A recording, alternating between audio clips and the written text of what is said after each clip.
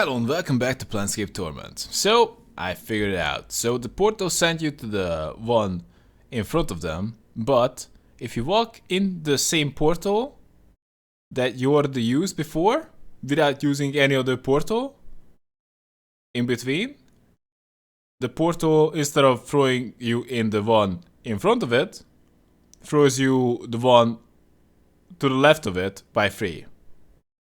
So that is exactly what we're gonna do. It's already set up. Done. We are ready for the action. And yep. And this works. Alright. We are out. That's what I'm talking about. Hey guys, I did knew you you'd miss be me? back, Chief. Finally realized you needed me, huh? Yeah, let's go. So, That's it? you need my help yet? Yeah. Oh. Yeah, sure. Now? You left me here once and I didn't care for it. I have no time for your mid-rings, so I haven't. If you're not that sure this time, then you better leave. I'm certain I need your help, Anna. Shh. No sense in it. I'll come with you. You need all the help you can get. You do. Alright. So, they seem to not react to this. It was known to me you would return. Is it your will that our two paths become one? They seem to have no reaction to this. So the lady wanted me dead.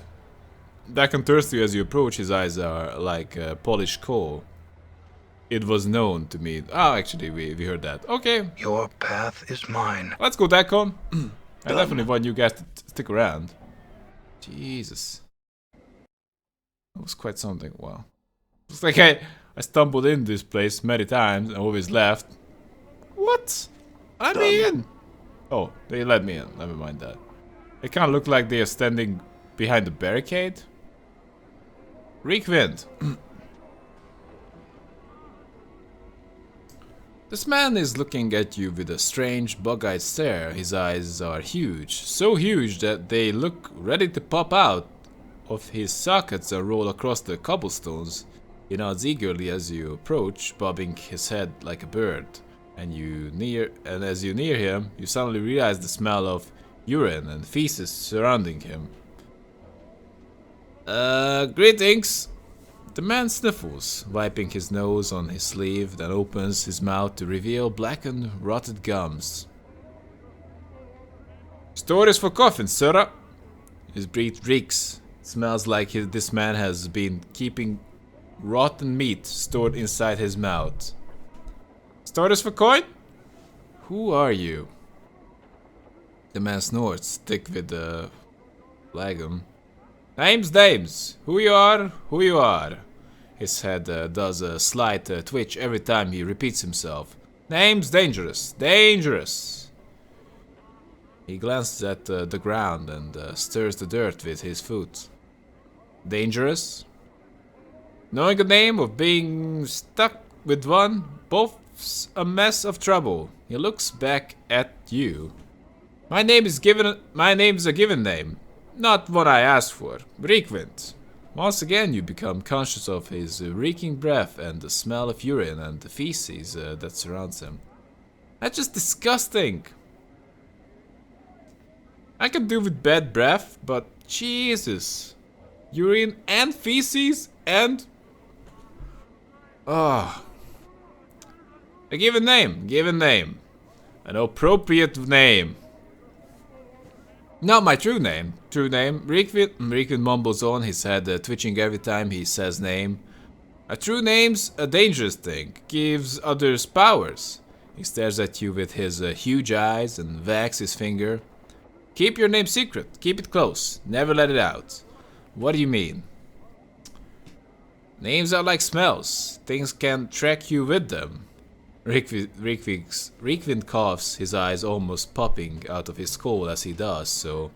His cough seems to loosen his bowels, for he breaks wind loudly, as if to accentuate his point.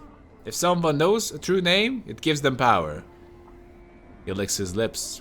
The power to hurt.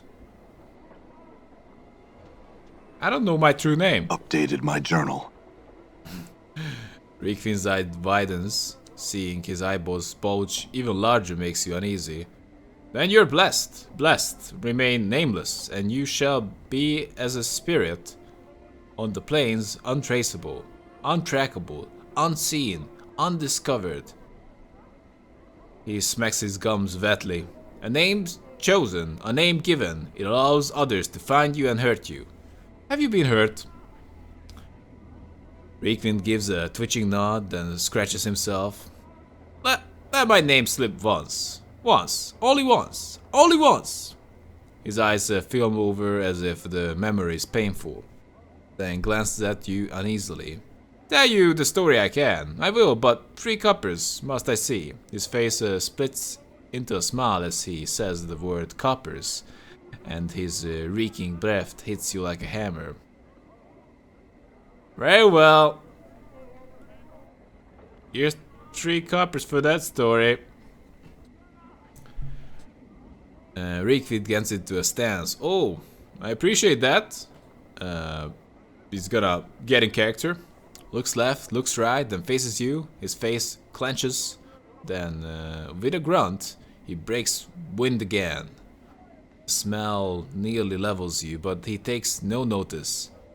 Cursed eye! Walk towards in splendor. He stands up stiffly, nose high in air. He saunters back and forth, nodding to invisible passers-by. Halfway in that sentence, he almost became a pirate. I had to resist the urge to make him a pirate. Let's listen. Updated my journal. Reekwind freezes, his arms akimbo. Cross paths with a crossed one, at the looking of a pumpkin. He seeds, curses. Reekwind then thrusts his belly out so as to appear fat. Slicks back his hair with his filthy palm so he looks almost bald, and begins drumming his fingers on his fat belly. He then walks about, circling the spot where his stuffy upper-class persona used to be. All a jumble with curses. This one was. With a sneer and a careless gesture, Reekwind tosses an invisible curse at the stuffy persona. I have to say, Reekwind, so far the story sucks. I'm gonna keep listening. Knew my name. Let it slip. I had. All it took it all. He stiffens up again, inhaling deeply and resuming his upper-class persona. The persona suddenly crumples and Reekwind breaks wind violently, then exhales, filling the air with his foul, reeking breath. Cursed with stenches, smells, excrement, came here to tell tales. All good for now. Now Reekwind is the name. Given name. I see! Great story! 10 out of 10. Awesome. I have some other questions?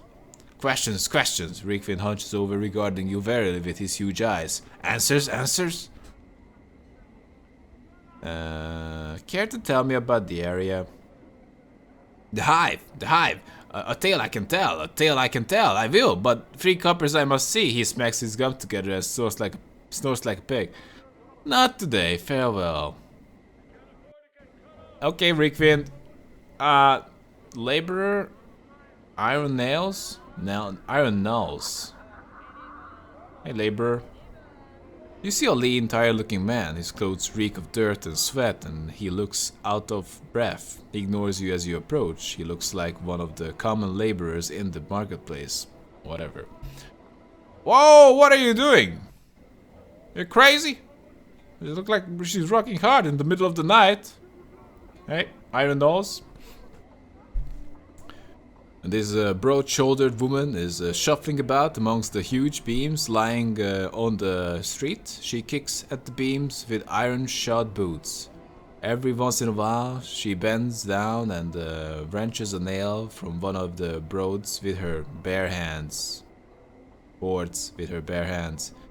She holds each one up, appraising it, then drops it into a leather sling bag. Sounds like good job to me. Possibly shouldn't do it in the middle of the night. Greetings! She straightens up, hearing your approach. Her weapon is sheathed, but you can tell she's ready for trouble.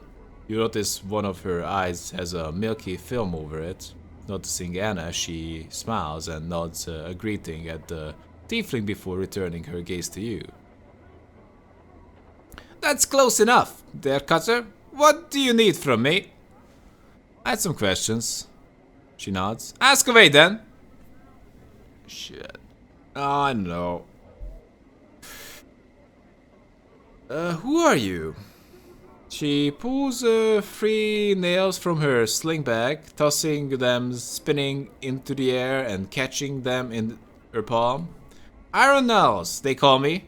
She drops them back into the bag with a muffled click, clink. She glances at Anna to see if she caught her display, and seeing that the tieflings already turned away, she looks at you again. Why are you collecting nails? So you are actually nails. Iron nails. I sell them to man. Name's Hamris. In the lower ward, maker of coffins he is. Tell me of Hamris. Maybe he has a pry bar. There's not much to say. He's a bit chatty. He's rattle. His bone box till you're barmy if you let him, but a fair bargainer. He needs the nails. I need the jink, and that's about as far as it goes. Where's the low reward? I used to know the way, I did, but the Dabus have changed the streets round again.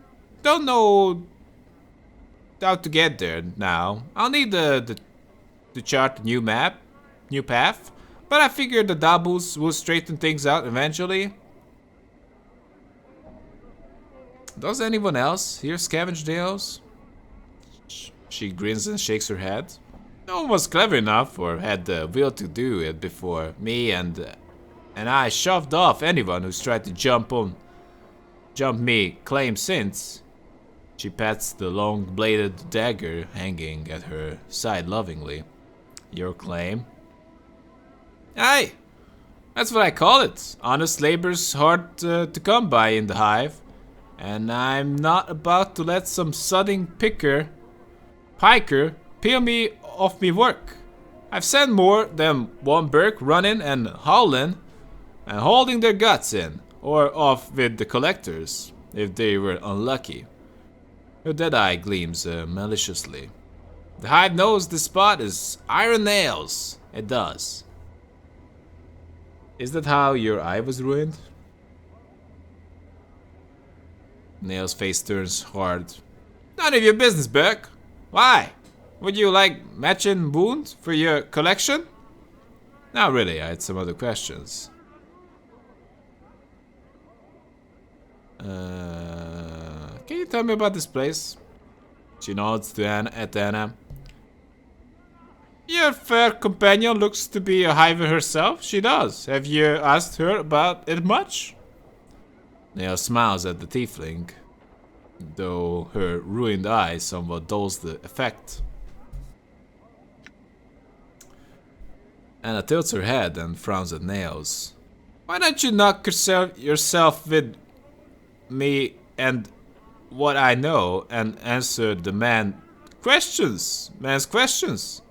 She gives Nails a smirk for good measure. I try to give her her own voice, but I also try to make it understandable. Sometimes I struggle with that. Nails is put off by the remark, but quickly regains her composure. She smiles a bit sadly at you. Surely I can, Cutter. What is it you're looking for? I'm looking for work. Nails scratches her head. Really only 2 kinds of work in the hive. You can catch brain vermin, and you can go collecting debtors. Catch brain vermin? Aye, the city Sigil pays me for bringing in the little piker's tails. The local office in South here, a man inside will tell you more. What if I was looking to enjoy myself? Well, it depends on what you find enjoyable then. Couple of the better pubs around here be the Gathering Dust and the Smoldering Corpse.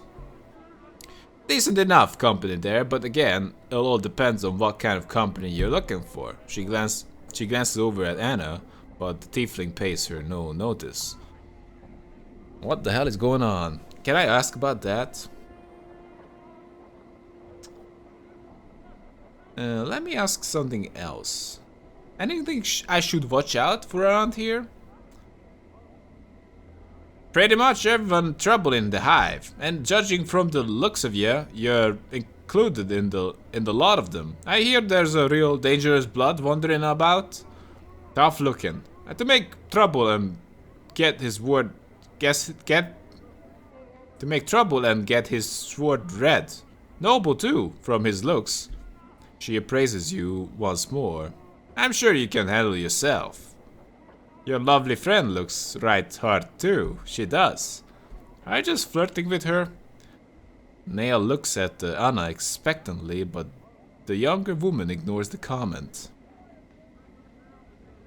Let's talk about something else. Okay, never mind that. Okay, fair enough. Perhaps they most likely they know each other. And maybe she has a thing for her. Oh, come on. Forced it. Okay. How should we go about exploring this place? Marketplace? That looks like a place with a lot of talking. Harlot? Ashmantle. So I really shouldn't pick a fight with the Black Abishai. A lot of harlots. Hive Dweller. Looks like a dead end. Nothing really that's named here. Male lamb. Alright, Ashmantle. Time to talk.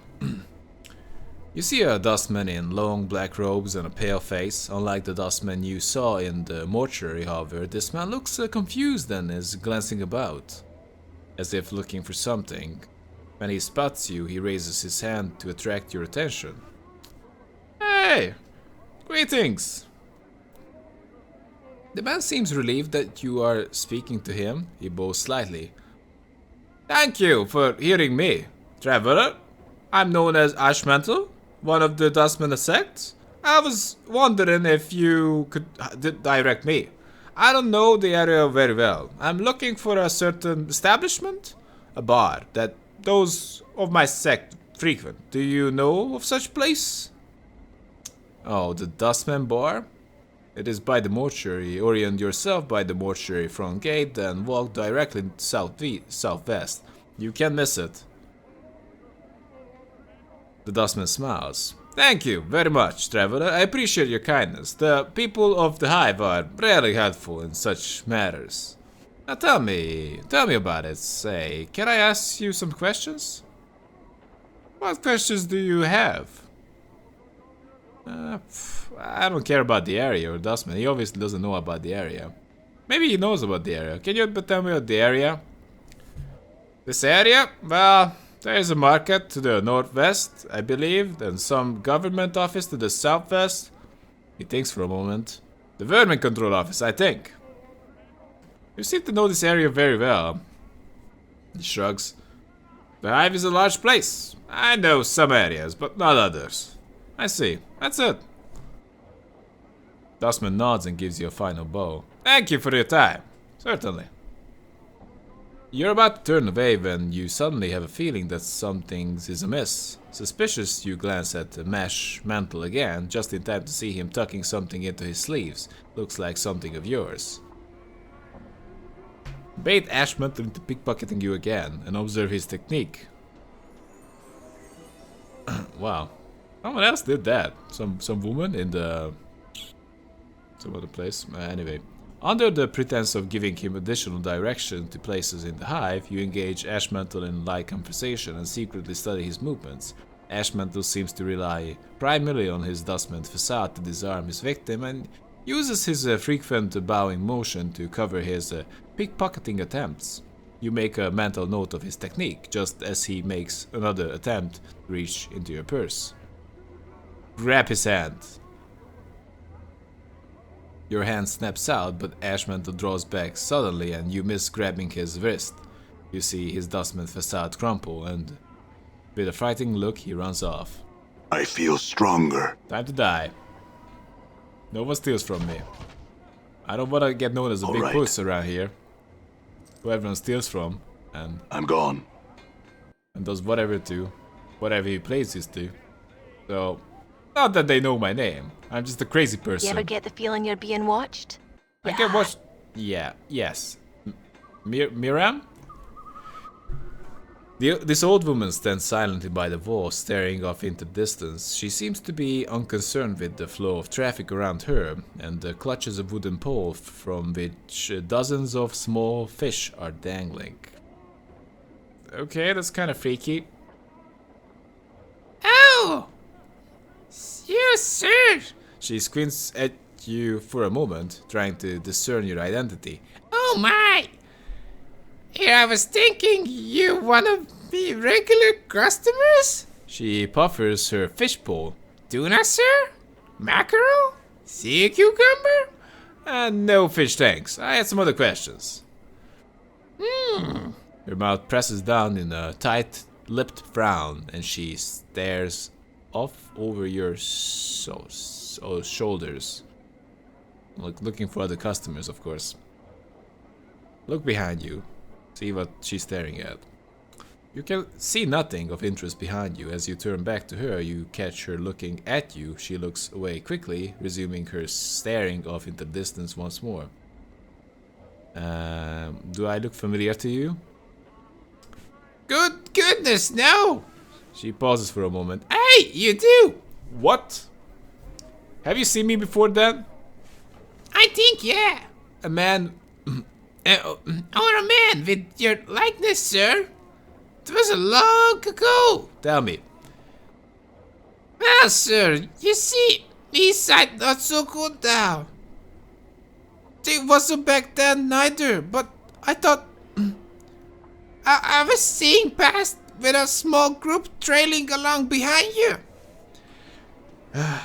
What did these people look like? It's hard to say, sir. It was so long ago, and you walked by so quick-like, but I remember. Now, the way you held your head up, there was a woman following you, trying to stop you, to get you to turn around, speak to her, but you pushed her away. That doesn't sound like me. What happened then? Beautiful one she was. Looked so sad, so angry. All at once, she stood there for a moment, then followed along behind you just the same, hustling to catch up. Yeah, I'm kinda get the feeling that at least my previous incarnation was a complete jackass. Perhaps not. Maybe just a... Well, actually that's exactly how I would put it. Anyway, but, you know, you really shouldn't just judge people from how they seem to be. You had said there was a group? Who else was there? Because we talked with Dionora, I believe that's how she's called, and obviously she has feelings for me, but also thinks I'm kind of a jerk. Well, at least I was kind of a jerk. You had said there was a group. Who else was there? She shrugs. There was at least 2 other gentlemen with you, sir. The only one I remember too clearly, though, was tall, chin, reeked of Bob, he did. I smelled him from across the way. Looked like he hadn't bathed in ages, too. He followed you close, he did, and never said a word. Acted like the woman wasn't even there, even when she bumped against him, trying to stop you. That's all I remember, sir. Give her some copper for her time. I don't know, like 5 copper, how about that? Oh my! Why, thank you, sir, most kindly. May the lady shadow pass you over. Well, we need the lady's grace. Holy crap. The lady wanted to kill us. That's... We need to get in her good graces. No. So that's it. She told me what she saw. Possibly I should... I don't know. Maybe I should make the market my last order of business. Can I go inside this house? No, I cannot. What is this? Office of Vermin and Disease Control. Creedon? Oh, tell me what's up. This foul-looking man is quick to notice he's caught your attention. In moments he's up upon you, hawking your wares. He carries a long wooden pole, dozens of skinned and cooked rats dangle from it. As he speaks, he gestures to them with a broad, filth-encrusted hand, smiling a yellowed, snaggle-toothed grin all the while. "Oh, you cutter! How you doing there? What sort of delicious rat size is you interested in the fine day?" Examine his ratsies. Each rat has been skinned and gutted, their feet and tails removed. They dangle from the pole by hooks punched through their necks. As you examine the various manners in which they have been prepared, you realize their heads are slightly misshapen. A bulbous knot of bone protrudes from each cranium, covered in holes that give it appearance of a brain tissue. Those are strange-looking rats. "Aye, you've got keen eye there, Cutter. All I sell is brain vermin. I do. I'm sure you'll find they've got a much nicer flavor than your usual rats. Quite nice, really." He proffers them to you once more, waving the pole before your face enticingly. The rats sway to and fro. They look cooked like tiny sides of beef. Well, I suppose I would eat that if I was very, very hungry. Brain vermin? Aye, Cutter, brain vermin. Foul creatures they are. Not your normal rats. They just eat stored goods and multiply, spread disease and all that nonsense. Really no more. Your cranium rat, though, brain vermin, what I go after, they are just trouble. But you get more than a handful, little pikers together. They start to get smart on you, sometimes real smart. They become more intelligent? Sure, as I'm standing here before you, they do. If I ran across any more than two of them, I'd flee for me, 'cause like that. He snaps to emphasize the point. I would. You get that many of them in a pack, why? They get smart as a man, they do. Go on. Here's my best advice for you, Carter. If you're bent on catching brain vermin, stick to small packs, a dozen or so, at most. But I tell you. He steps close, his breath spatted in your face, and speaks in a hushed tone. You run into more than that, more than a couple dozen. You run like you're in the shadow of the lady. He backs away from you again. Why? What is there to fear? Sorcery, Cutter, sorcery. You get enough of those little fiends in a space, they gain all sorts of odd powers. Make a basher's brain power out his ears. They will. Downright frightening. It is just wrong, I tell you. That's why Sigil is so eager to be rid of them. The bounty and all. Someone pays for rat tails? Oh yes, I have a lot of rat tails, don't I? That's right, Cutter. There's a Burke in the Office of Vermin and Disease Control named Lord, who pays a bounty for them. Copper and eat their tail, it is but they gotta be brain vermin, they do, not just ordinary rats. Tell me about this Lord fellow. His name is Phineas Lord. I think it was some sort of ayah. He was put down by its rivals and stuck here in the arsen, the Sigil. The Burke sits in there alone all night, all day. It just seems waiting for folk to bring in tales and paying them the bounty. You know, the best part? Pusat must be allergic to rats, because he always got a huge rash going on. Ho ho! Powers be praised, I ain't that fella. Yeah, you definitely enjoyed that eating them way too much. Let's not go into specifics. Put down any idea what that would happen? Well, It's right, Jetty. He's, he'll rattle his bomb box for hours, or just how smart he is, and like, mayhap that's got something to do with it. Shrugs. I understand some of the question. He shudders his rat bull casually. What's your question, Cutter? I don't really care about your rats. Nothing. Nothing. Farewell. Ah, he touches your arm. I see you leaving, Cutter. But before you go, wouldn't you like a nice, delicious ratsy? One for the road, you might say. I'll pass. No. Hard pass on that one. Maybe collector? Frightened. Okay, what is this? Hive dwelling? Is it something I can go in? Oh, looks like I can. Hey! Hive dweller. Hello there. I'm gone. Are you gone? Doesn't look like it. I'm just stealing your books. Hive dweller, hello. You see a woman with a worried look about her face. Can we sleep here? No. Not suggesting it. We just wanna take a nap. Greetings?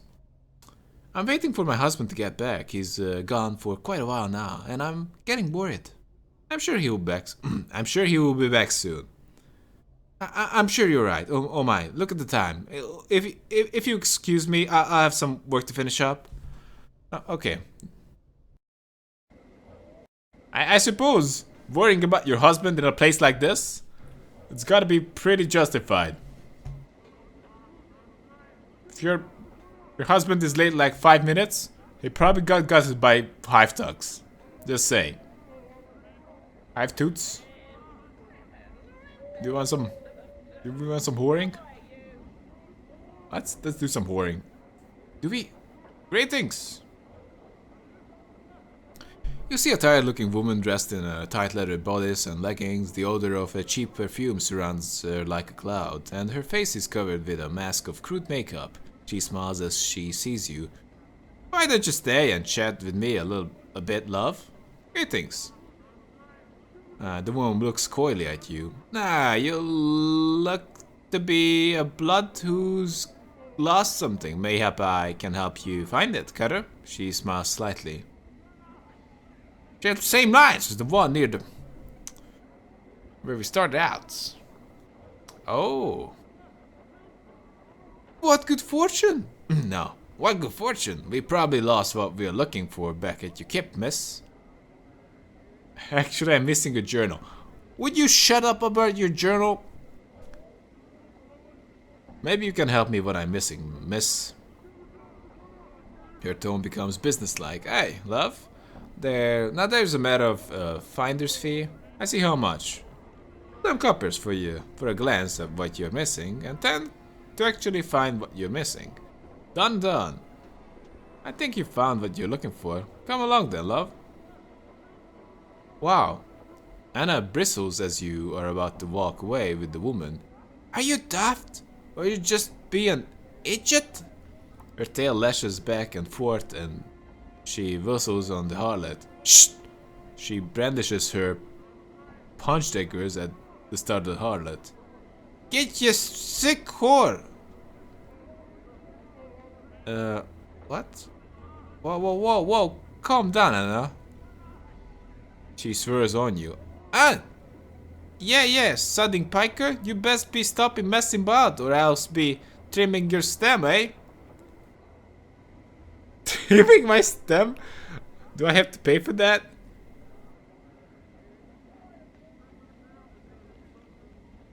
Trimming my stem? Do I have to pay for that? Anna makes a gesture with her tail, evidently meant to be obscene.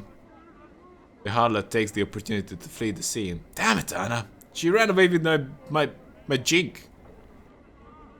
What? Do we kill the whore? Whoa! Everybody hates us now? Damn. Why? This is just unfair. I don't want to kill you all. Why? Not laying with a hooker? Paying the hooker but not having sex with her is a crime around these parts? Or perhaps paying the hooker just tells them that I have money? Jesus, Graham. What the hell are you doing? Go kill them all. We got a little bit of a misunderstanding going on. Spy Dretsies while I'm killing your customers. I'm sorry, Anna, you... Okay, maybe it was inappropriate of me to try to look for a hooker while in the group. It was probably inappropriate, come on. Who are we kidding here? It was inappropriate as heck. But, maybe if we go in there and go outside, then the corpse will disappear. That seems to be a thing. And that makes them easier to loot. Alright, let's just loot a little bit. Oh, looks like... Okay. And those bronze thingies can be sold for quite a bit. We can make some money with that. Oh. Not sure what was that about, but hey. We're just going with it. Unless it's game breaking. Alright. We are going with it. That's just the point. Done. Collector. Harlot. Oh, come on, why you hate me? I don't get it. I don't want to kill all the hookers. I'm gone. Well, that's one way to make sure that I don't never get laid, Anna. Damn it. Hey, crier of S. Anon. Alright, darling, that's quite pointless. I suppose we can kill the woman and rest there, but we're not gonna do that.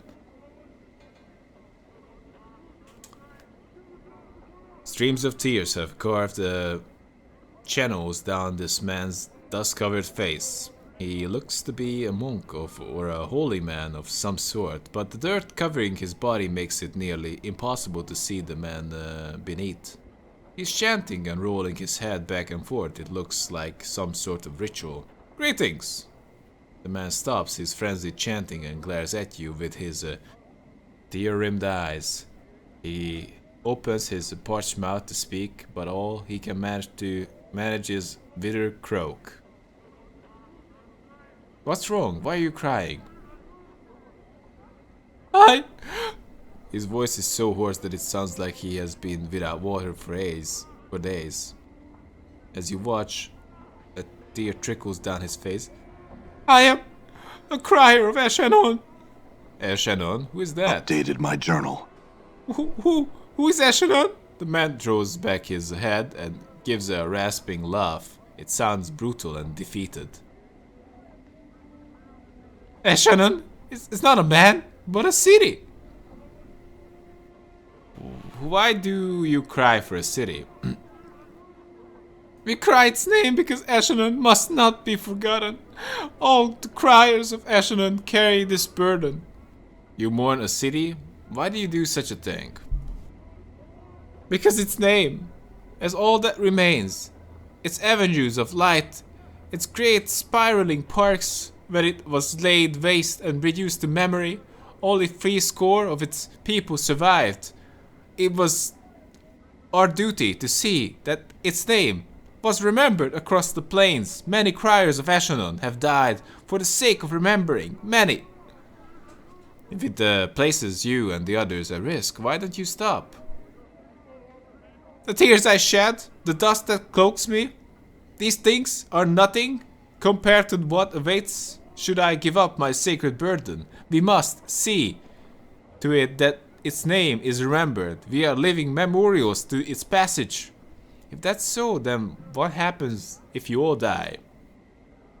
Fresh tear springs to the crier's eye. Even his dust-caked face cannot disguise his look of despair. I do not know. We criers of Eshanon cannot mourn it forever.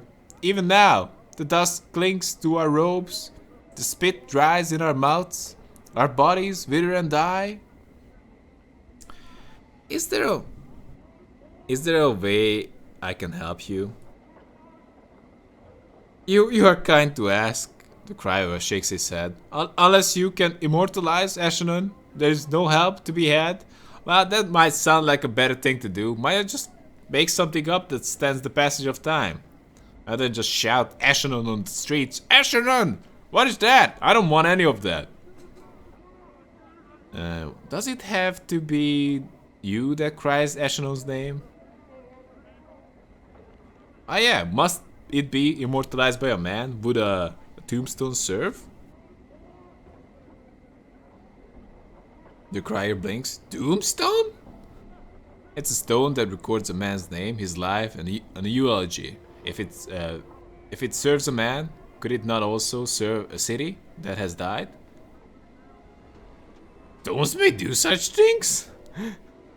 Yes, and their lifetime is much longer than a man's. If its name was carved on a stone, would Ashenon's memory be served? The man pauses. Would others see this name? Yes, it would be there for all to see, long after you have died. The man nods. If such a thing were possible, he turns to you. Where would one find such a stone?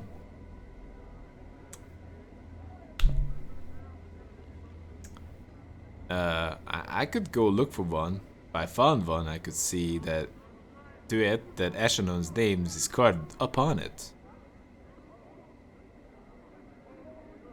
In exchange for some coppers, I could go seek a tombstone that have Ashenon's name carved upon it. You would do this? The man's eyes water up again. You would be setting all the criers of Ashenon free, but 70 of us remain. The burden of remembering would be over after so many years, and you would ask, is some copper in return? Yes. Then you shall have it.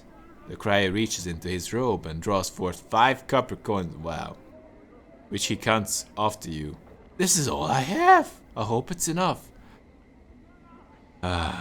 It will have to do, alright? I'll return when I have placed Ashenon's name upon the stone. Updated my journal. I'm pretty sure that I had a rock that I got from the zombie school, but I possibly just trashed it. Yeah, I'm pretty sure that I trashed it. Can I just say that it's done? Because that's not the point. I'm gone. Making it happen is not the point, but making that it is done is the point. Yeah, I've not found a tombstone. So actually, I kind of need a tombstone to do it. Collector. I'm gone. Why you hate me so much, Hive Tug? Let's get him. You're gonna die. What? He's gone. He ran away. That's awesome. Blaskin's Kip. Hide Dwelling. Okay, we kind of explore this place. I'm gone. Okay, Harlot, Frightened, Hive Tooth, Hive Tug, Angry Hive Dealer. Dabus are working on this wall. I'm gone. Hive Tug. Oh, okay, looks like not many named people in this part of town. All right. But definitely some points of interest, like the Blaskin's Kip, possibly. Office of Vermin and Disease Control, and the Market. The Alley of the Dangerous Angles. Alright. Can we get in there? What's that? It's another hive tunnel. Anyway, it looks like we didn't manage to upset the entire how's it called? Well, hive, but southwestern hive by paying the hooker but not having sex with her. So that's nice. Anyway, hope you guys enjoyed it. Tell me if you did, and see you around. And have a good one, guys.